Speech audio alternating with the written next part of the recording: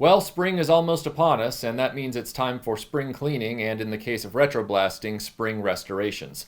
Now, we're going to be starting a Cobra Terrordrome restoration here real soon, but the pollen is coming down thick outside, and I didn't want to peroxide that Cobra Terrordrome as it needs to be and sit it out on the back deck and have it covered in yellow after I get done with that process. But in the meantime, while we're waiting for the pollen to subside, I got this very cool donation from a very generous RetroBlasting supporter a few weeks back, and it is an original Kenner 1978 Star Wars mail-away display stand. It's one of the few pieces I've never owned in my own collection, and as you can see, it needs some help. Now, I think I can bring this thing back, not factory fresh, but like I've told you in previous restorations, I love to assess the condition of the piece, see how far back I can bring it, and then match my work to match up with the rejuvenated condition. So we're going to see if we can restore this to a very presentable display piece for some very special action figures in my collection. So let's get started.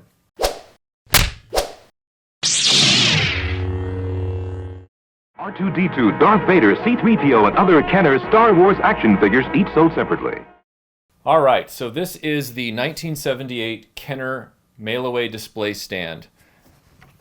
As you can see, it has seen better days. It has a very dried out sticker on it, and that sticker is actually missing chunks.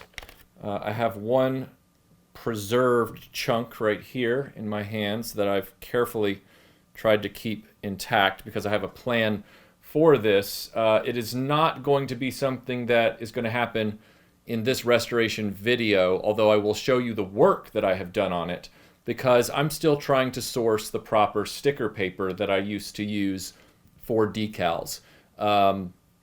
My sources for this paper have dried up, and now I'm looking to online sources to see if I can find more, which is really frustrating.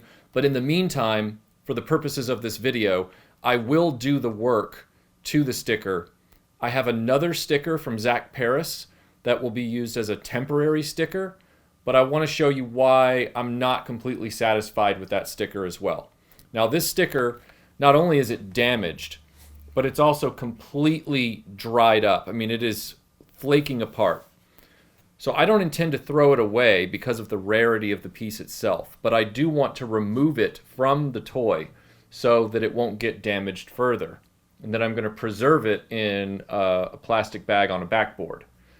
So the first thing we need to do is assess what the structural issues with this piece of plastic are. It's just a gray arced piece of plastic. It has these display stands that each have two pegs. I'll get that a little closer so you can see that. They each have two pegs. Some of the pegs have broken off. So right here we have some broken off pegs. We have a broken off peg here. These will have to be cleaned and addressed, more than likely because these dials are actually pretty common. I will replace these not dials but platforms. It has three sort of levers that help move the characters on their action stands, and there is a gear system underneath that allows that to happen. Now, one of these levers is completely broken, and then this lever right here is actually cracked and it's falling off as well. So I need to address both of these, which are also thankfully not terribly difficult to find. The difficult piece to find is the backdrop itself, which goes into this groove right here. The backdrop was a thick piece of Kenner cardstock with the Battle of Yavin graphically depicted on it with an X-Wing and a TIE Fighter and the Death Star. So I have to find one of those as well. All right, so the first thing I'm going to do, I think, is disassemble this so that we can get all of these out and then get the sticker off so that we can clean it. The way the figure platforms attached to this stage are pretty straightforward. You put the corresponding gear underneath, and then the platform has clips on the bottom, and then when you press it down on the top, they marry up and sandwich the stage plastic between them so that they all stay in place. So to get them off is just a simple, gentle reversal of that process. Now, obviously, you don't want to break these clips while you're doing it, so I would recommend just, being very, cautious with that. You don't want to stress these plastic tabs. I'm now looking for stress on these but generally speaking, they don't have that problem as long as you don't over muscle it. So now this gear is free and clear. And now we're just going to do that a few more times to get the rest of these off of there. And then we'll tackle that sticker.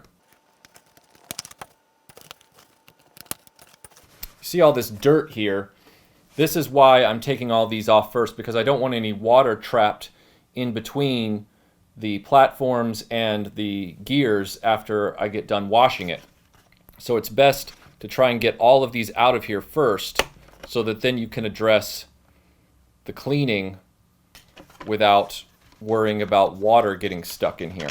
There's also some stress marks that I'm going to have to deal with as well. This actually slides out this way. So if you notice here, these levers, you always bring these levers out like this. They slot in through the grooves themselves. This one is, of course, broken, and we won't be using that.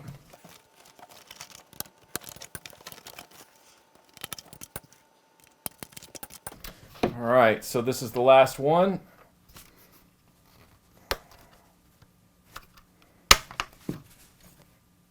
Came out intact, and now this comes straight out.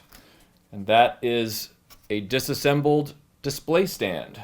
Now that we have everything removed, I've inspected all of the figure platforms and the gears. We have one working lever left that's intact. We have two busted figure platforms that are now going to go away because, yeah, I'm sure there's some clever way to rebuild a figure peg, but these were so precisely molded for the Kenner figures, I don't want to play around with that. Because the last thing I need are Kenner figures going onto this thing that then get a homemade peg stuck in their heel, or the heel peg is not correctly sized and it blows the heel out or cracks their foot. So I'm not going to mess around with that with figures, of which the intended figures for this are the original 12 Star Wars action figures. I'm just not willing to take that risk. So we have 10 intact platforms, all of our gears look good, and one intact lever. So now we have to address this sticker. After I address removing this sticker, which I think will be pretty straightforward, all of this stuff is going to get a bath, and then we're going to deal with the sticker restoration in practice, not in production, but I'll show you how I'm going to do that so that when I eventually get the sticker paper, I'll be able to then put the real deal on there again as a fully restored sticker. In the meantime, I'll show you what the Zach Paris one is like and why I'm only seeing it as temporary right now. I really didn't want to see this sticker destroyed, so I got some lighter fluid under it, and it looks like it's finally decided that it wants to come off.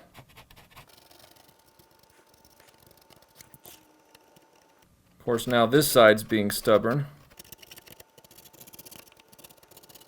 Success! Alright, so now we have all of this residue, this sticker adhesive residue that we've got to deal with.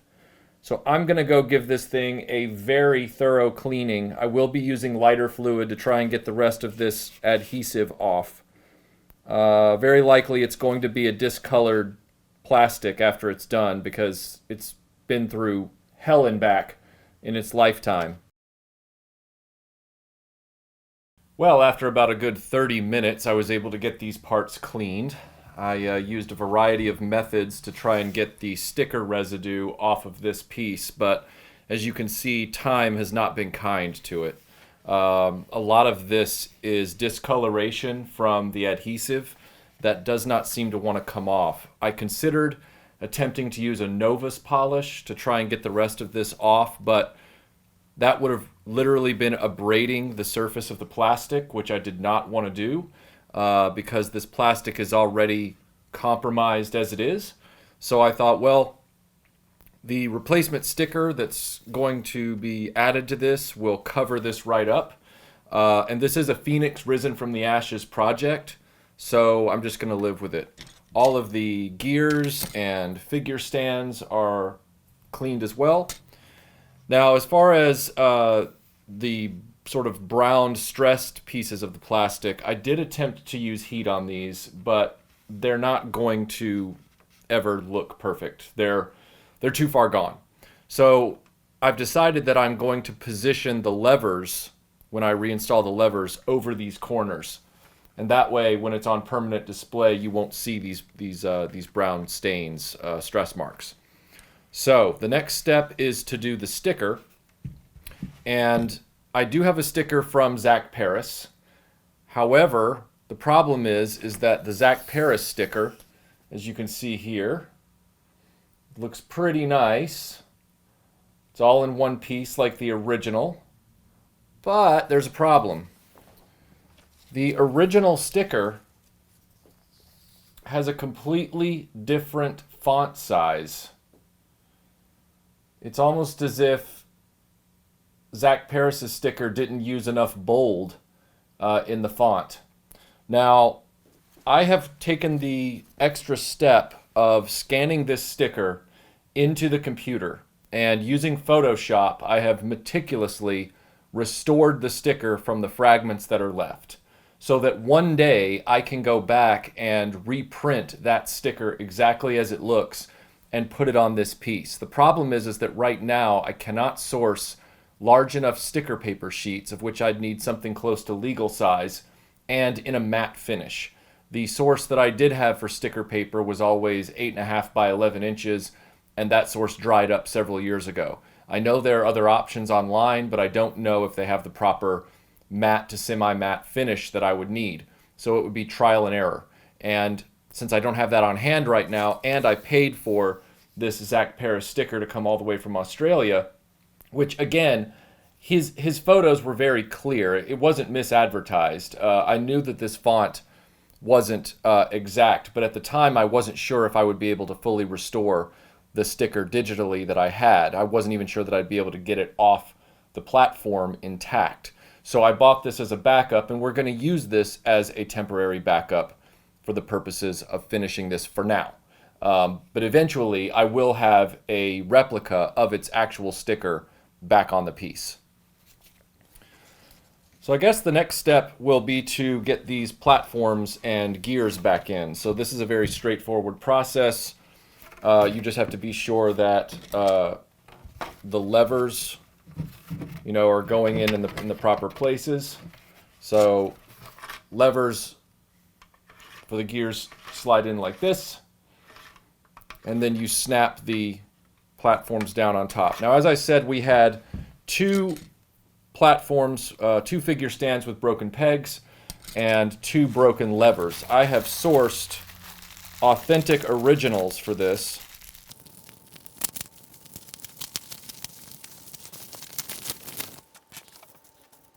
Alright, so we now have two original authentic figure stands that are not broken to replace the two broken ones.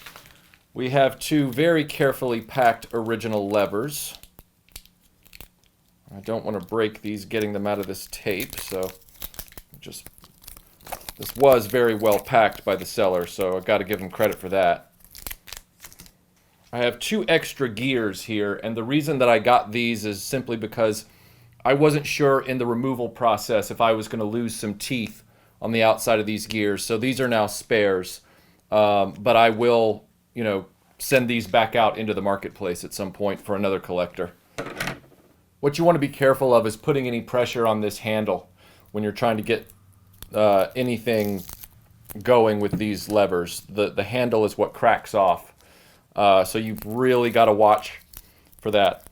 All right, so now we have the platform, and we have the undersides where all of our parts are going to lock in. So we're going to want the three levers. So we'll start with this section right here. So we have our lever slot, so our lever's going to go in. Flip that over, and it has the slot right there. It has the hole. Now the hole is keyed. You see how that hole is keyed? So that means that our figure stand is only going to go in one way. So that means that when the lever is in the middle, the hole for the figure stand is parallel with the length of the stage or platform. Here is our platform.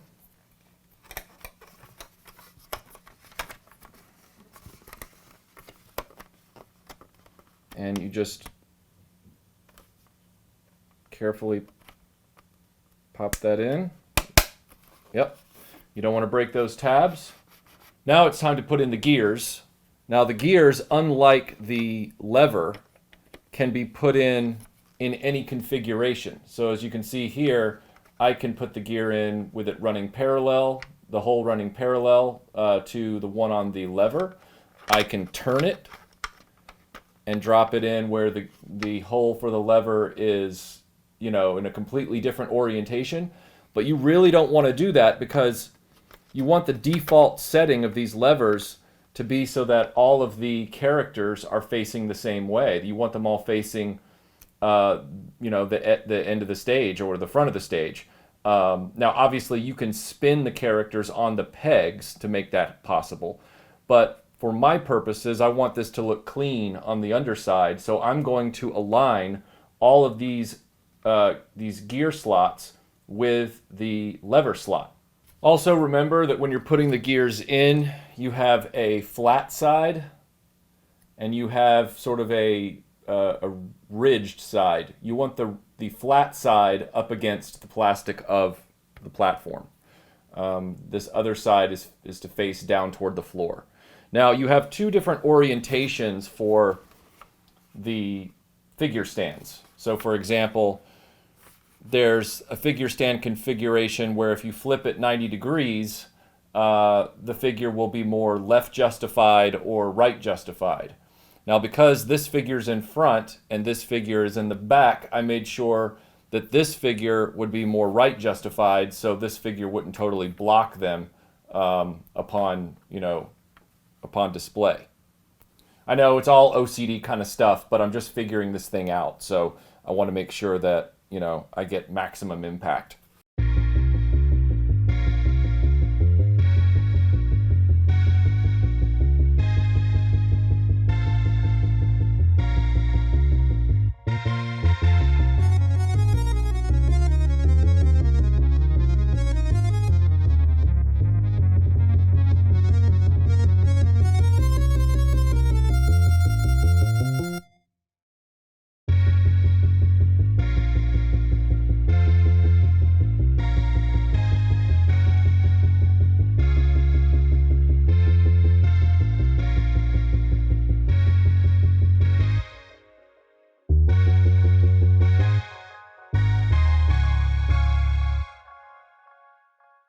Now for the sticker.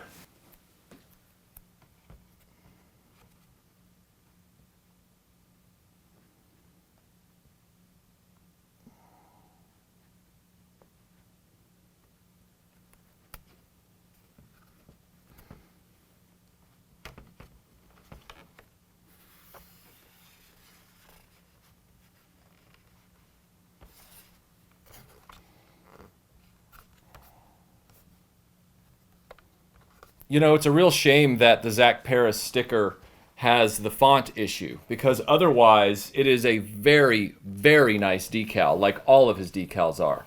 And again, it's not, you know, the wrong color font or even the wrong, you know, type of lettering. It's just not, you know, bold enough. It just doesn't have that extra boldness. It's just slightly off by a few hairs. But the quality of the sticker is, as with all of his stickers, excellent. It's uniformly excellent. So I'm hoping that, you know, he'll update this sticker at some point. But for now, it is a wonderful replacement sticker as a temporary fix. Now, the elephant in the room for this, as you know, is the backdrop. Now, the backdrop was a cardboard piece that sat up like this, and as I said, it depicted the Battle of Yavin with X-Wings and TIE fighters fighting on it. And there are reproductions of this backdrop. However, every reproduction that I saw wasn't correct. I have sourced at great expense an original backdrop for the mail-away display stand. It is not in perfect condition, but I didn't mind that because the stand itself is not in perfect condition. And here it is. This is an original Kenner mail-away display stand. Yes, it's got some creasing, it's got a little bit of dog earring at the corners, but this is an original 1977 General Mills display stand. And the reason that I went this direction is because every reproduction display stand I found didn't have the Star Wars logo in the corner. So we're just gonna put this in here. Just slots in like that. And that is the 1978 Kenner mail-away display stand. Now, what I'm going to do with this for the purposes of display in the studio, I've decided that since this is a childhood survivor that has now been brought back from the brink, I think it's only fitting that I take my original childhood 12 action figures that are also a little worse for wear and display them on this stand. So let's get those guys on here and then we'll wrap this restoration up. And here is the mail-away Kenner display stand with a full set of the original 12 action figures on display in their proper places. Now there are a few conceits in this lineup because I said I was putting my original childhood figures on here. However, I did want to err on the side of accuracy in some places, and as a child, I didn't have all original 12. I had variants of R2-D2 and C-3PO because I got into the game a little late because I wasn't yet alive in 1977 and I was way too young in 1978 to collect action figures. So the R2-D2 and C-3PO are ones that I've had for a very long time, since the 90s most likely, but they are ones that I picked up to have the original versions. I do have my childhood originals, but they are the sensor scope R2-D2 and the break-apart C-3PO. Now, the sand person that's there is representative of my childhood sand person because he was one of the few figures that mysteriously disappeared somewhere along the way in childhood. We never did figure out what happened to him. And the Death Squad commander was one I never had. Never saw that figure on pegs, only saw him on the back of card backs, never picked him up. Now, the Chewbacca that's standing there is my brother's Chewbacca. My original childhood Chewbacca is currently carrying my original break-apart C-3PO, and he always stands next to my childhood Bespin Han, Luke, and Leia in front of the Falcon. But this is otherwise a complete original set of childhood figures, and they're all vintage with original vintage accessories. And I think this restoration, or rejuvenation, I guess you'd want to call it, has turned out very well. I'm going to be really excited to figure out where to put this. I might even take down the droid factory and put this in its place for a while and just leave these guys just like that. It's a stunning piece, even imperfect, but I think this stand has really come back from the dead. And I'm so glad that we were able to save it. And I really want to thank the very generous donation to the studio.